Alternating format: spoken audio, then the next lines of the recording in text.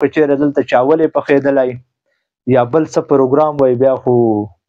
به زه اول را رسېدلی وم زه به اول ناست وم چې چاول یې دی راځئ دا وریځې خو وخورو چاول یې دي کام پاره مسله پاره خبره کښې دی منډه ترړه وهي د هغو خلکو خلک وایي چې عبادت دی د لوړو خلکو له دغو څخه حق راوړ لاندې خلکو ته زه به دا وایم دا ذمهوار خلک دي د کام د دو خبره ته خلک غوږ نیسي د دو خبرې خلک اوروي د دې خبرې ځای نیسي هغو خلکو ته د خلکو سترګې وي د کام چې پلانکي مصر دا خبره وکړه هغه خبره هم ځای نیسي وزنداره هم وي مینېګان امپیګان هم جوړ کړي دي د خبرو پسې ولاړ نسو د جذباتو کار وانه خلو چې څورې هم د مراڼي د امن دپاره کمې جرګې کمې کیسې راوبلل سوې په هغو سیاسي ګوندو سره چې کوم خلک ډېر اکټیو دي ډېر لاس لري په سیاسي ګوندونو کې علما کرام ملایان صاحبان داسې څو کسان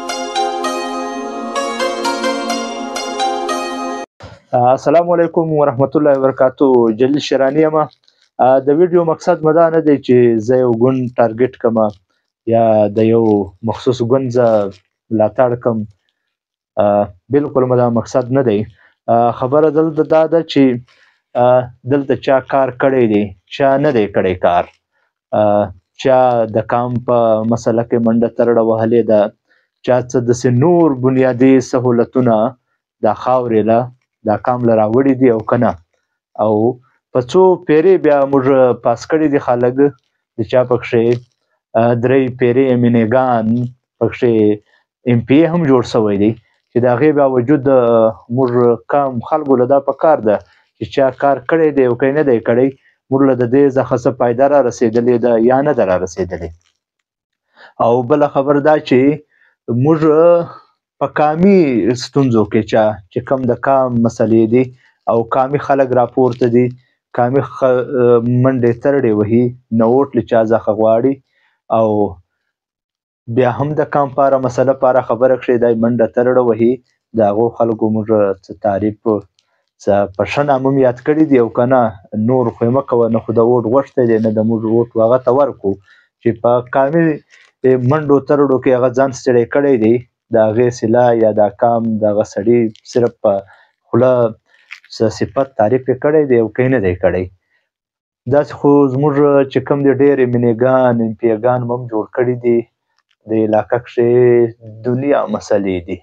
ډېره پسمانده علاقه ده زموږ ډېره غریبه علاقه ده دورې زیاتې ستونزې دورې زیاتې مسلې دي پکښې چې ډېرې تر ډېره حده پورې زیاتې دي بلکې چې کوم زموږ سب ډیویژن درازین ده د درازین دی چې کوم خوا او شا یو بل سیدو کې چې کوم قومونه خیلونه پراته دي کلي دي په هغو کښې ډېرې زیاتې مسلې دي درازین دغه موږ دا ورته وایو چې یو ښار دی د یو ښار په نامه یاداږي ولې چې موږ دا نور د کلو خلکو راځو په قاعده زموږ د درازین دیوال کسان دا وایي د غرو وال راله چې وتي دا د غرو والو ته څه داسې مشرانو څه امداد څه منډه ترړه څه هلپ د هغو کړی دی او که نه دی کړی نور ووټ د هر چا خپل دی د هر چا خپل سوچ دی خو موږ له سوچ کول پکار دی سړي ته کتل پکار دی چې موږ چا له ووټ ورکړو او داسې د چا په خبرو پسې او جذباتي نسو د چا په جذباتي خبرو پسې ولاړ نسو د جذباتو کار وانه خلو زما خو ذاتي خپله دا سوچ او رایه ده چې بې مطلبه بې غرضه په کامي مسلو کښې په کامي ستونزو کې څوک منډې ترړې وهي د هغو خلکو سپورټ کول پکار دی د هغو خلکو ملاتړ کول پکار دی او له هغو خلکو سره منډه ترړول پکار دی د هغو سره اوږه په اوږه درېدل پکار دی چې کوم په کامي منډو ترړو کې خپل حصه اخلي او خپل د ځان هغه قرباني ورکوي خپل ځان پکې ستړی کوي راوځي خپل ټیم وخت هر څه یې پرېښي وي د کام په مسلو کښې اخپت وي داسې ډېر کم خلک دي چې بې مطلبه بې غرضه د کام منډې ترړلې راځي او بلکې زه به دا ووایم چې څورې هم د مراڼي د امن دپاره کمې جرګې کمې کیسې راوبلل سوې په هغو کښې داسې کس چې هغه ته اوسه پورې څه د کونسلرۍ یا بل څه دغه ووټ دغه هم نه ده کړې او غیر سیاسي ځان غیر سیاسي حساب کړی دی او دا دعوا یې د مصرۍ او د دغه هم نه ده کړې داسې شخصیت دی او نور چې کوم دي زموږ چې کوم سیاسي ګوندو سره چې کوم خلک ډېر اکټیو دي ډېر لاس لري په سیاسي ګوندونو کې د هغو خلکو داسې مشر او چې کوم ورته د سرګاړی هغه کس مې داسې اکټیو داسې سرګرم نه ولید د مراڼي په دې مسلو کښې چې هغه هر احتجاج اعلان کړ چې کوم مقامي جرګې دي د هغو د شیراني چې څورې واتساپ ګروپونه دي په هغو کښې مې هم داسې څه د مشورې دپاره هم ما څه میسج نه واورېدو خیر دی ته به راتلی نه سې ستا به مسلې ډېرې وي مسلې به د ډېرې وي راتلی به نه سې په واتساپ ګروپ کښې خو یو څه مشوره یا مسله خو حل کولی سوه بله چې کوم نن قامي جرګه سوې وه د مراڼي د شیراني په هغه کښې چې یو خو خلک ورغلي نه وو که چېرې دلته چاول یې پخېدلی یا بل څه پروګرام وی بیا خو به زه اول را رسېدلی وم زه به اول ناست وم چې چاول یې د راځئ دا وریځې خو وخورو چاول یې دي خو چې کومه چاول یې پکښې نه وې د کام او ډېره ګټورې خبرې د ډېر د کام د فایدې دپاره دا ډېرې مهمې مسلې دي د هغې دپاره او خلک راغلي وو ولا د کور آباده کې چې کوم د کام ننګیالان دي او د کام باندې خوا به دا خلک راغلي وو د چاولو ول به زما په خیال چې نوي راغلي هغه به پاته سوي وي بیا پکښې د سیاسي ګوندونو خبر ما کوله چې کوم ډېر اکټیو مشران کسان دي هغه اوله ورځ صرف چې دا اوس اوټونه رانږدې دي په دغه حالاتو کښې صرف په احتجاج کې مې داسې کسان په ویډیو کې ولیدل چې هغه راغلي وو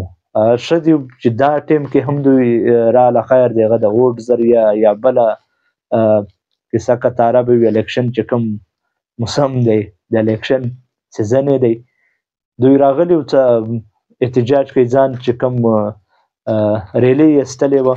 په هغه کښې شرکت کړی وو خو داسې په کار ده دا ذمهوار خلک دي د کام د دو خبره ته خلک غوږ نیسي د دو خبرې خلک اوروي د دې خبرې ځای نیسي